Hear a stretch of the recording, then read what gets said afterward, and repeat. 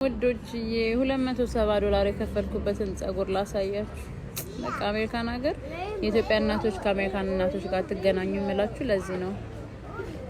ከቤት ተነሳው፣ ቁርሴን በላው፣ ጸጉሬን ታጠብ፣ ገላይን ታጠብ፣ ጸጉሬን አደረግኩ። ከዛ ደግሞ የቲክታክ እቃዎች መጡ።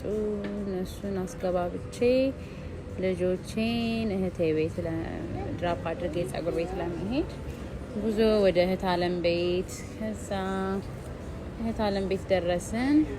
ልጆቼ እዛ ውጭ እየተጫወቱ ነው። እኔ ደግሞ እህቶቼን ሰላም ብዬ ጉዞ ወደ ጸጉር ቤት። ይሄ የምታዩት ጸጉር ቤት እንግዲህ $270 ነው ይሄንን ጸጉር የሰሩኝ።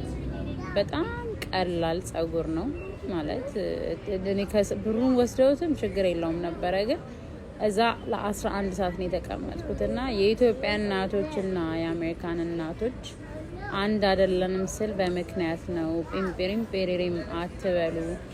ኤኒዌይስ ውዶችዬ ዛሬ ደግሞ እስቲ ውሎ ላሳያችሁ ብዬ ነው።